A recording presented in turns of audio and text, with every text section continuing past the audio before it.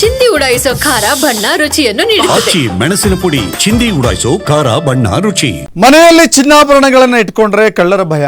ಯಾವ ಕಳ್ಳರು ನುಗ್ಗಿ ಕಳ್ಳತನ ಮಾಡ್ತಾರೋ ಗೊತ್ತಿಲ್ಲ. ಕಳ್ಳತನ ಮಾಡೋದಲ್ಲದೆ ಕೊಲೆಗಳು ಕೂಡ ನಡೆದು ಹೋಗುತ್ತೆ. ಹಾಗಂತ ಸೇಫ್ ಆಗಿರ್ಲಿ ಅಂತ ಬ್ಯಾಂಕಿನಲ್ಲಿ ತಂದಿಟ್ರೆ ನಮ್ಮ ಆಭರಣಗಳು ಬ್ಯಾಂಕಿನಲ್ಲಾದ್ರೂ ಕೂಡ ಭದ್ರವಾಗಿರುತ್ತಾ? ಇದು ಬೇಲಿಯೇ ಎದ್ದು ಹೊಲ ಮೇದಿರುವಂತ ಕಥೆ. ಇದು ಬ್ಯಾಂಕ್ ಲಾಕರ್ನಿಂದಲೇ ಚಿನ್ನ ಮಾಯವಾಗುತ್ತೆ. ಯಾವುದಕ್ಕೂ ಹುಷಾರು. ಬೆಂಗಳೂರಿನ ಬಸವೇಶ್ವರ ನಗರದ ಖಾಸಗಿ ಬ್ಯಾಂಕಿನಲ್ಲಿದ್ದಂಥ ಚಿನ್ನ ಮಾಯವಾಗಿದೆ. ಲಕ್ಕಿ ಭಾಸ್ಕರ್ ರೀತಿಯಲ್ಲಿ ಆಗಲು ಹೋದವರು ಅಂಧರಾಗಿದ್ದಾರೆ. ಬ್ಯಾಂಕ್ ಸಿಬ್ಬಂದಿ ಐಶ್ವರ್ಯ ಮತ್ತು ಸ್ನೇಹಿತ ಹರ್ಷಿತ್ ಬಂಧನವಾಗಿದೆ.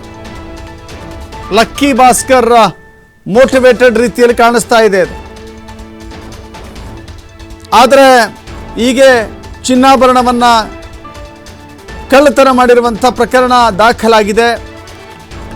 ಫೋಟೋದಲ್ಲಿ ತೋರಿಸ್ತಾ ಇದ್ದೀವಿ. ಹರ್ಷಿತ್ ಇವನೇ, ಜೊತೆಗೆ ಐಶ್ವರ್ಯ ಇಬ್ಬರು ಕೂಡ ಅರೆಸ್ಟ್ ಆಗಿದ್ದಾರೆ. ಬ್ಯಾಂಕಿನಲ್ಲಿ ಚಿನ್ನಾಭರಣವನ್ನು ಇಟ್ಟಂತ ಆ ಜನರಿಗೆ ದೋಖ ಆಗಿದೆ. ಬ್ಯಾಂಕ್ನಲ್ಲಿ ಸೇಫ್ ಇರುತ್ತೆ ಅನ್ನುವ ನಂಬಿಕೆಯ ಮೇಲೆ ಇಟ್ಟಿರ್ತಾರೆ. ಬ್ಯಾಂಕಿನಲ್ಲಿ ಚಿನ್ನಾಭರಣವನ್ನು ಎಗರಿಸಿದಂಥ ಕಿಲಾಡಿಗಳಿವರಿಬ್ರು. ಗ್ರಾಹಕರಿಗೆ ಗೊತ್ತೇ ಇಲ್ಲದೆ ಲಾಕರ್ ಮಾಸ್ಟರ್ ಕೀ ಬಳಕೆ ಮಾಡಿದ್ದಾರೆ. ಕದ್ದ ಚಿನ್ನವನ್ನು ಮಾರಾಟ ಮಾಡಿ ಸಾಲ ತೀರಿಸಿದ್ರು ಬ್ಯಾಂಕ್ ಸಿಬ್ಬಂದಿ. ಮಾರ್ಚ್ 20ರಂದು ಗ್ರಾಹಕರು ಲಾಕರ್ ಓಪನ್ ಮಾಡಿದ್ರೆ ಅಲ್ಲಿ ಕಳ್ಳತನ ಆಗಿರೋದು ಗೊತ್ತಾಗಿದೆ. ಈ ಹಿನ್ನೆಲೆ ಪ್ರಕರಣವನ್ನು ದಾಖಲಿಸಿಕೊಂಡಿದ್ದಾರೆ ಪೊಲೀಸರು. ಗ್ರಾಹಕರು ದೂರು ಕೊಟ್ಟಿದ್ದಾರೆ.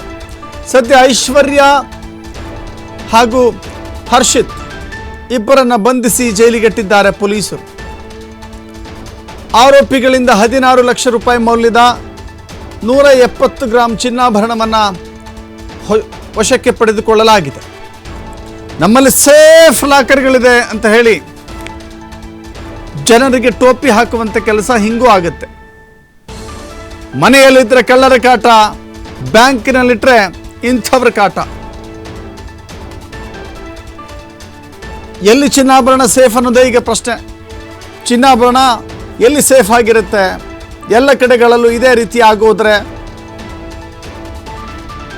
ಹೇಳಿ ಕೇಳಿ ಚಿನ್ನದ ಬೆಲೆ ಈಗ ಹೆಚ್ಚಾಗಿದೆ.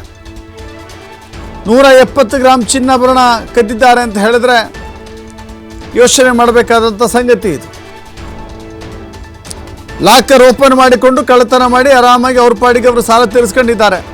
ಗ್ರಾಹಕರು ಬಂದಾಗಲೇ ಗೊತ್ತಾಗಿದೆ ಇವ್ರ ಕಥೆ ಏನು ಅಂತ.